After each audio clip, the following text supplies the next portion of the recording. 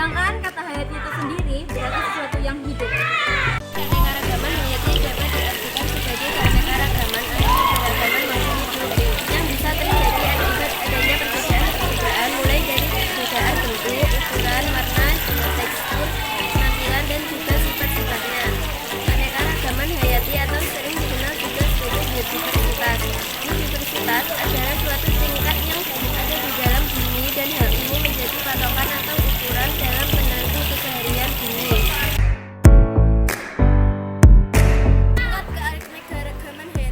Keanekaragaman hayati terjadi dengan tingkatan mulai dari organisme yang rendah hingga tingkat organisme yang tinggi.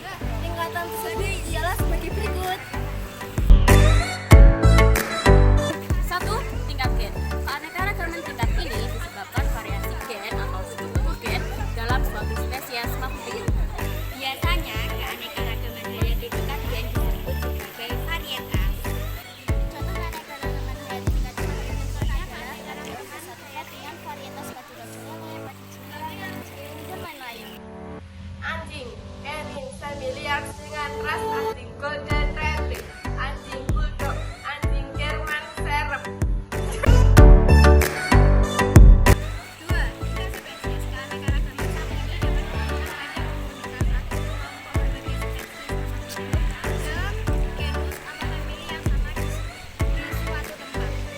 Sehingga semakin jauh dari kehidupan manusia, keanekaragaman tingkat spesies pun semakin tinggi.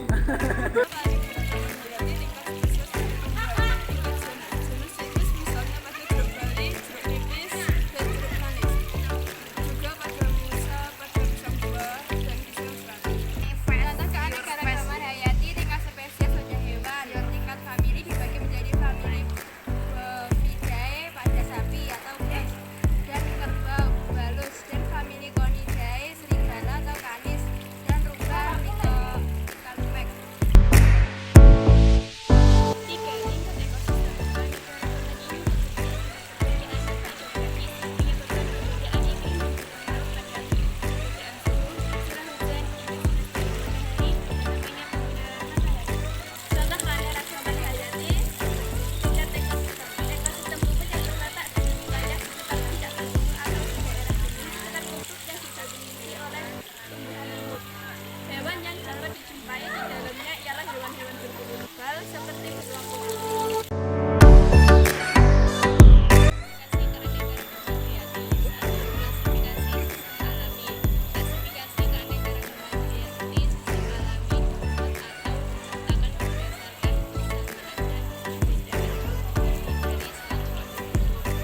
Misalnya klasifikasi hewan berdasarkan cara gerak, hewan bersayap, hewan bersirip, dan hewan berkaki.